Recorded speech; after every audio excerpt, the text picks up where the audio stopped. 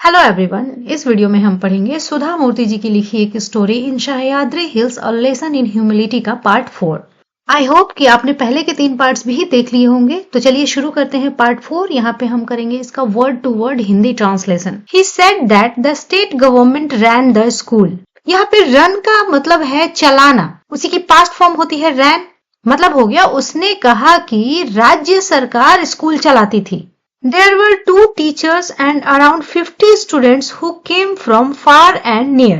Far का मतलब दूर, near का मतलब है पास। Around 50 students मतलब लगभग 50 छात्र। वहाँ 2 टीचर्स थे और लगभग 50 छात्र थे जो कि दूर और पास से आते थे। There was no compulsory uniform. Compulsory का मतलब होता है अनिवार्य, मतलब कि जो करना जरूरी हो उसे compulsory कहते हैं। वहां कंपल्सरी यूनिफॉर्म नहीं था, मतलब कि कोई स्कूल ड्रेस पहन के आना जरूरी नहीं था। इम्प्रेस्ड का मतलब होता है प्रभावित। By the number of children who attended the school, मतलब हो गया बच्चे जो स्कूल अटेंड करते थे उनकी संख्या से मैं प्रभावित थी। आफ्टर ऑल का मतलब होता है आखिरकार। Their parents were unschooled themselves. Unschooled का मतलब होता है अशिक्षित या अनपढ़। मतलब हो गया आखिरकार उनके माता पिता खुद अशिक्षित थे। And the living conditions were harsh.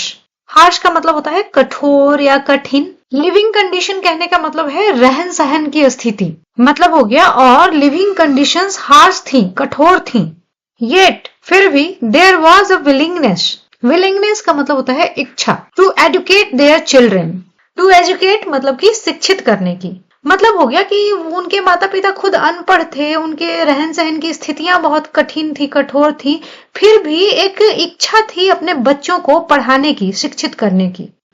What are the difficulties you face in running this school? Difficulties मतलब कि सिर्फ वर्ब फेस का मतलब होता है कुछ झेलना, सामना करना। मतलब हो गया स्कूल को चलाने में आप क्या क्या कठिनाइयां झेलते हैं। The old man didn't say much by way of reply. By way of reply का मतलब होता है उत्तर के रूप में। बूढ़े व्यक्ति ने उत्तर के रूप में ज्यादा कुछ नहीं कहा। He just took me to a cottage. Cottage का मतलब भी होता है झोपड़ी।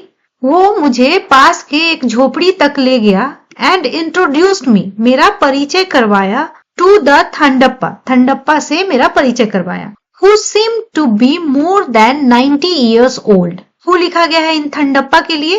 seem का मतलब होता है लगना, प्रतीत होना। जो 90 साल से भी ज्यादा ओल्ड लगे। He was happy to see me. वो मुझे देख के खुश थे। I asked him the same question. मैंने उनसे सेम सवाल पूछा। What problems do you face in running the school? School को चलाने में आपको क्या समस्याएं झेलनी पड़ती हैं, मतलब कि किन समस्याओं का सामना करना पड़ता है। Commuting to school was difficult during the rains, he said. Commute का मतलब होता है ऑफिस के लिए या स्कूल के लिए रोज आना जाना करना, यात्रा करके कहीं जाना और फिर घर वापस आना, इसको कम्यूट करना कहते हैं। रेन का तो मतलब होता है बारिश, लेकिन जब हम द रेन्स लिखते हैं तो इसका मतलब होता है बारिश का मौसम, सीजन के लिए द रेन्स लिखा जाता है। उन्होंने कहा बारिश के मौसम के दौरान स्कूल आना जाना कठिन होता है। यहां तक के वर्ड्स देख लेते हैं। इम्प्रेस्ड का मतलब होता है प्रभावित। फार एंड नियर का मतलब होता है दूर और पास या हर जगह कहने के लिए भी फार एंड नियर यूज किया जाता है। अनस्कूल्ड का मतलब होता है अशिक्षित। हार्श का मतलब कठोर। विलिंगनेस इच्छा और कम्यूटिंग का मतलब होता है आना जाना। बिसाइड्स का मतलब होता है इसके अलावा। The school clothes wouldn't dry in the rainy season. इसके अलावा स्कूल के कपड़े, मतलब कि स्कूल में पहन के आने जाने वाले कपड़े बारिश के मौसम में सूखते नहीं हैं। वुड का यूज किया जाता है पास्ट के किसी रेगुलर होने वाली चीज को बताने के लिए।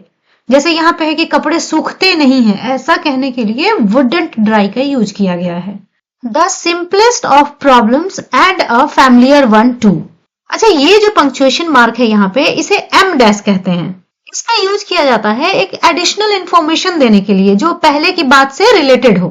सिंपलेस्ट का मतलब सबसे साधारण और फैमिलियर का मतलब है जाना पहचाना।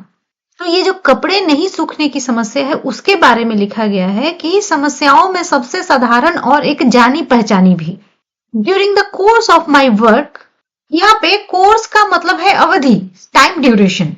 मतलब कि मेरे काम के कोर्स के दौरान, उस टाइम ड्यूरेशन के दौरान, I have listen to many such problems. Listen का मतलब होता है सुनना। मैं वैसी बहुत सारी समस्याओं को सुन चुकी हूं। हैव के साथ वर्ब की थर्ड फॉर्म लिखी हुई है, ये प्रेजेंट परफेक्ट में लिखा हुआ है। फ्रॉम मेनी सच पीपल्स, बहुत सारे वैसे लोगों से। आफ्टर अक्वायरिंग, अक्वायर का मतलब होता है कुछ प्राप्त करना, हासिल करना। A fair understanding of the people and their lifes, यहाँ पे फेयर का मतलब होता है एक अच्छा खासा, अंडरस्टैंडिंग का मतलब समझ, मतलब हो गया लोगों के और उनकी जिंदगियों की एक अच्छी खासी समझ हासिल करने के बाद आई डिपार्टेड, डिपार्ट का मतलब प्रस्थान करना, मैं प्रस्थान की, वहां से निकल गई। Not forgetting to thank them for their cooperation, forget का मतलब होता है भूलना और कोऑपरेशन का मतलब होता है सहयोग। यहाँ पे फॉरगेट की प्रेजेंट पार्टिसिपल फॉर्म का यूज किया गया है क्योंकि ये डिपार्टेड के साथ और ये नॉट फॉरगेटिंग, ये दोनों एक्शन साथ में हैं। और मतलब हो गया मैंने प्रस्थान किया और उनके सहयोग के लिए उनको धन्यवाद करना नहीं भूली। I decided to return with some umbrellas and clothes for the children. Decide का मतलब होता है तय करना, पास्ट में decided। मैंने तय किया बच्चों के लिए कपड़े और अम्ब्रेलाज के साथ वापस आने का। When I went again, go की सेकेंड फॉर्म होती है went, मैं जब दोबारा गई, it was winter, ये ठंडी का मौसम था। The rains were over, over का मतलब होता है किसी चीज का एंड हो जाना, खत्म हो जाना, मतलब कि बारिश का मौसम खत्म हो गया था। Now the scene was transformed, transform का मतलब बदल जाना, अब दृश्य बदला हुआ था। इट वॉज पैराडाइज, पैराडाइज का मतलब होता है स्वर्ग, ये स्वर्ग था। देयर वॉज नो मड, वहां कोई कीचड़ नहीं था। And no frogs croaking, croak का मतलब होता है टर्राना, मतलब हो गया वहां कोई कीचड़ नहीं था और मेढकों का टर्राना नहीं था। बर्ड्स वर कूइंग, कू का मतलब होता है कलरव या गुटरगू, बर्ड्स कलरव कर रही थी। द स्काई वॉज क्लियर, आसमान साफ था। मेनी रेयर फ्लावर्स, रेयर का मतलब होता है दुर्लभ। हैड ब्लूम्ड, ब्लूम का मतलब होता है फूल खिलना, बहुत सारे दुर्लभ फूल खिल चुके थे। आई मेड द सेम थंडप्पा, मैं उसी थंडप्पा से मिली।